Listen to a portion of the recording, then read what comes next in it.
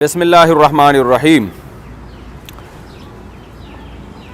اس سوال ہے جی، شوہر اور بیوی کا نصاب ایک ساتھ شمار ہوگا یا الگ الگ شمار ہوگا؟ بھائی شوہر اور بیوی کی زکوٰۃ کا نصاب الگ الگ ہوگا یا ایک ساتھ شمار کیا جائے گا؟ مثلا میری بیوی کے پاس 57 گرام سونا ہے اور میرے پاس 33 گرام، تو ان دونوں کو ملا کر نصاب شمار کریں گے یا الگ الگ؟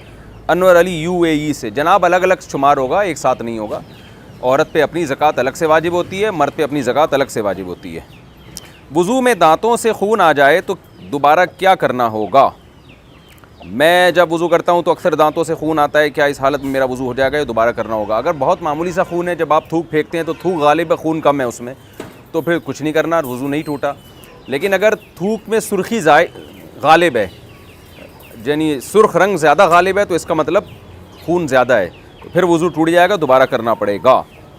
عمرے میں دم دینے کا کیا مطلب ہے؟ کیا واپس آ کر دم دے سکتے ہیں؟ عمرے میں دم لازم ہونے کا کیا مطلب ہے؟ کیا اس کا یہ مطلب ہے کہ جانور کو ذبح کرنا ہوگا؟ اگر ہاں تو کیا ہمیں اس کے ساتھ پیسے لے جانا ضروری ہوگا؟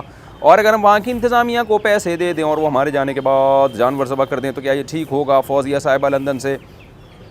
عمرے میں دم واجب ہوتا ہے دو صورتوں میں۔ آپ کوئی حالت حیض میں عورت اگر طواف کر لے، یا یہ کہ احرام کی حالت میں آپ کوئی جنایت کر لیں جس کی بڑی لمبی چوڑی تفصیل ہے۔ احرام میں خوشبو لگانا منع ہے اور احرام میں جسم کے بال توڑنا منع ہے۔ اس طرح کی کوئی پابندی ہو جو آپ اس کو فالو نہ کریں، اس کی تفصیل ہے، تو اس میں دم واجب ہوتا ہے۔ لیکن عمرے میں دم جو ہوتا ہے بکرے کا یا دمبے کا ہوتا ہے، اونٹ کا یا گائے کا دم نہیں ہوتا۔ اونٹ یا گائے کا دم حج میں ہوتا ہے بعض صورتوں میں، وہ بھی بڑی جنایت میں۔ لیکن عمرے میں جو دم ہے وہ چھوٹا دم جسے کہتے ہیں وہی ہوتا ہے۔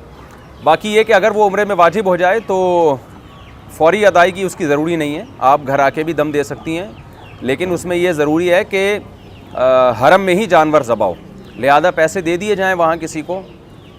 بہتر تو یہی ہے کہ خود جانور ذبح کر کے اس کا گوشت غریبوں میں تقسیم کر دیں، اور اگر خود نہیں کر سکتے کسی کو دے دیے جائیں پیسے کہ بھئی آپ ہماری طرف سے حرم میں یہ جانور ذبح کر دیں حدود حرم میں اور غریبوں میں کھلا دیں، تو یہ بھی جائز ہے۔ باقی پیسے ساتھ لے جائیں یا نہ لے کے جائیں، اس سے کوئی فرق نہیں پڑتا۔ اگر پیسے نہیں بھی لے کے جائے اور دم واجب ہو گیا تو واپس آ کے آپ بینک کے ذریعے پیسے ٹرانسفر کر سکتے ہیں، ہر طرح سے جائز ہے۔ پیسے لے جائیں تو بھی ٹھیک ہے۔ زیادہ سیلری کی وجہ سے پہلی کمپنی کا کانٹریکٹ ختم کرنا۔ اگر میرا جاب کے لیے کہیں انٹرویو ہوتا ہے اور میں جوائننگ